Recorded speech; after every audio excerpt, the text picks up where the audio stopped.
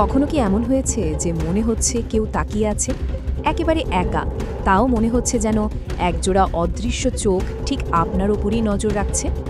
এই অদ্ভুত অনুভূতিটা আমাদের প্রায় সবারই কম বেশি পরিচিত। তো এর পেছনের আসল রহস্যটা কি?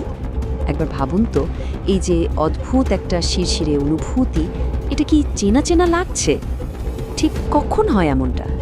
ধরুন গভীর রাত, আপনি একটা অন্ধকার ঘরে একা বসে আছেন, চারপাশে একদম পিন পতন নীরবতা। আবার ধরুন ঠিক তার উল্টোটা, দিনের বেলা একটা ভিড়ে ঠাসা লাইব্রেরি, পরিবেশ যাই হোক না কেন, হঠাৎ করেই কাঁধের ওপর দিয়ে যেন একটা শিরশিরে অনুভূতি, কেউ একজন তাকিয়ে আছে।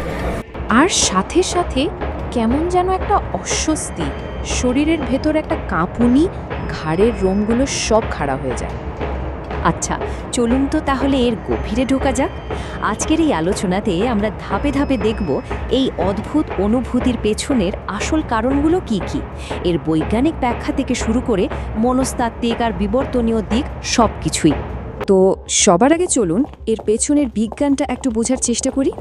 এই যে অদৃশ্য একটা দৃষ্টির অনুভূতি, এটা আসলে কি? বিজ্ঞানীরা এটাকে বলেন গেজ ডিটেকশন বা দৃষ্টি শনাক্তকরণ।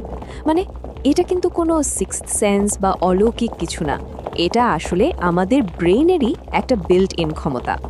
আর মজার ব্যাপার হলো, গবেষণা বলছে আমাদের মস্তিষ্ক অন্য যে কোনো কিছুর চেয়ে সরাসরি তাকানো বা ডিরেক্ট গেজকে অনেক বেশি দ্রুত আর নিখুঁতভাবে প্রসেস করতে পারে। এখন প্রশ্ন হলো, মস্তিষ্কের ঠিক কোন অংশটা এই কাজটা করে? চলুন আমাদের ব্রেইনের এই বায়োলজিক্যাল হার্ডওয়্যারটা একটু দেখে নেওয়া যাক। বিজ্ঞানীরা মনে করেন আমাদের ব্রেইনের একটা বিশেষ অংশ, যার নাম সুপেরিয়র টেম্পোরাল সালকাস বা সংক্ষেপে এসটিএস, মূলত সেটাই এই দৃষ্টি শনাক্ত করার কাজটা করে। আর এই ধারণাটা কিন্তু আরও পোক্ত হয়েছে 1985 সালের একটা ইন্টারেস্টিং গবেষণা থেকে। বিজ্ঞানীরা মাকাক বানরের মস্তিষ্কের প্রায় একই রকম একটা জায়গায় পরীক্ষা করে দেখেন, সেখানকার প্রায় 63% সেল অ্যাক্টিভ হয়ে যায় শুধু মাথার দিক পরিবর্তনের সাথে সাথে। ভাবা যায়? এর মানে হলো এই দৃষ্টি বোঝার ক্ষমতাটা আমাদের বিবর্তনের একদম গোড়ায় প্রথিত। আর ধারণা করা হয় মানুষের ক্ষেত্রেও এই এসটিএস ঠিক একইভাবে কাজ করে। ওকে, তো ব্রেনের হার্ডওয়্যারের কথা তো জানা গেল, কিন্তু আসল খেলাটা তো খেলে আমাদের সফটওয়্যার, মানে আমাদের মন। চলুন দেখি কিভাবে আমাদের মন আমাদের সাথেই ট্রিক্স খেলে, এমনকি যখন আশেপাশে কেউ থাকেও না। ব্যাপারটা হলো, আমাদের ব্রেন না কোনো ধরনের অস্পষ্টতা বা অ্যাম্বিগুইটি একদমই পছন্দ করে না। ধরুন আবছা আলোতে বা চোখের কোণ দিয়ে কিছু একটা দেখলেন, ব্রেন যখন পুরো তথ্য পায় না, তখন ও একটা শর্টকাট নেয়। ও ধরে নেয় যদি কারো মাথা আমাদের দিকে ঘোরানো থাকে, তার মানে সে আমাদের দিকেই তাকিয়ে আছে। আর ঠিক এই কারণেই আমাদের ব্রেইনের যে ভয় পাওয়ার কেন্দ্রটা, মানে অ্যামিগডালা, সেটা আগে রিয়্যাক্ট করে, পরে বিশ্লেষণ করে। মানে আগে সাবধান, পরে বিচার, এই পলিসিতে চলে। এর সাথে আরেকটা ব্যাপার আছে, যেটাকে সাইকোলজির ভাষায় বলে হাইপার ভিজিলেন্স, মানে অতিরিক্ত সতর্ক থাকা। যখন আমরা খুব ক্লান্ত থাকি বা অনেক স্ট্রেসে থাকি, তখন আমাদের ব্রেন অতিরিক্ত সেন্সিটিভ হয়ে যায়। তখন দেখবেন সামান্য একটা শব্দ বা ছোট্ট একটা ছায়াকেও বিরাট বড় কোনো হুমকি বলে মনে হয়। আর একটা মজার জিনিস হলো প্যারিডোলিয়া। এটা আমাদের ব্রেনের একটা অদ্ভুত প্রবণতা। এর কারণে আমরা বিভিন্ন এলোমেলো জিনিসের মধ্যে পরিচিত মুখ বা আকার দেখতে পাই। যেমন ধরুন মেঘের মধ্যে কোনো পশুর আকৃতি খুঁজে পাওয়া, বা রাতের অন্ধকারে চেয়ারে ফেলে রাখা কাপড়টাকে হুট করে একটা মানুষ বলে ভুল করা, হয় না এমন? কিন্তু বিজ্ঞানই তো সব নয়, তাই না? এই অনুভূতির কিন্তু সামাজিক এবং আধ্যাত্মিক কিছু ব্যাখ্যাও আছে। চলুন সেদিকেও একটু নজর দেওয়া যাক।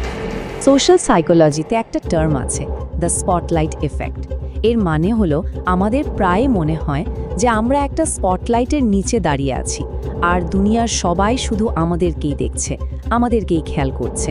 কিন্তু মজার ব্যাপার হলো, বাস্তবে বেশিরভাগ মানুষই আসলে নিজের দুনিয়া নিয়ে ব্যস্ত। তো এখানে আমরা একদম দুই ধরনের ব্যাখ্যা পাচ্ছি। একদিকে বিজ্ঞান বলছে এটা আসলে আমাদের মস্তিষ্কেরই একটা খেলা, একটা বিভ্রম, কিংবা টিকে থাকার জন্য তৈরি হওয়া একটা কৌশল যেটা এখন ভুল জায়গায় কাজ করছে।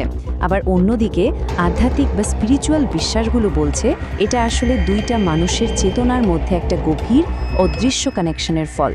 এই বিশ্বাস অনুযায়ী আমরা সবাই নাকি এক এনার্জি লেভেলে কানেক্টেড, আর যখন কেউ আমাদের নিয়ে খুব গভীরভাবে ভাবে তখন সেই এনার্জিটা আমরা ফিল করতে পারি। আচ্ছা, তাহলে সব মিলিয়ে ব্যাপারটা কি দাঁড়ালো? এটা কি কোনো সুপার পাওয়ার, নাকি শুধুই টিকে থাকার একটা কৌশল? চলুন এবার বিবর্তনের চোখে পুরো বিষয়টা একবার দেখি। আসলে এই যে আমাদের এত সংবেদনশীল একটা দৃষ্টি শনাক্তকরণ সিস্টেম, এটা কিন্তু আমাদের ব্রেনের কোনো বাগ না, বরং এটা একটা ফিচার। ভাবুন তো, আদিম যুগে এই ক্ষমতাটাই আমাদের পূর্বপুরুষদের বাঁচিয়ে দিত। হিংস্র পশু বা শত্রুর নজর থেকে বাঁচতে, কিংবা নিজেদের মধ্যে সামাজিক যোগাযোগ রক্ষা করতে এটা ছিল লাইফ সেভিং একটা স্কিল। আর বিবর্তনের হিসাবটা খুব সোজা। একটা আসল বিপদ মিস করার চেয়ে একটা ভুল অ্যালার্ম পাওয়া অনেক বেশি সেফ, তাই না? তাহলে পরের বার যখন হঠাৎ করে মনে হবে কেউ তাকিয়ে আছে, তখন কি ভাববেন? এটা কি শুধুই ব্রেইনের একটা ছোটখাটো ট্রিক, নাকি এর পেছনে আরও গভীর কোনো সংকেত আছে যা একদমই উপেক্ষা করা উচিত নয়? এই উত্তরটা হয়তো আমাদের প্রত্যেককে নিজের মতো করেই খুঁজে নিতে হবে।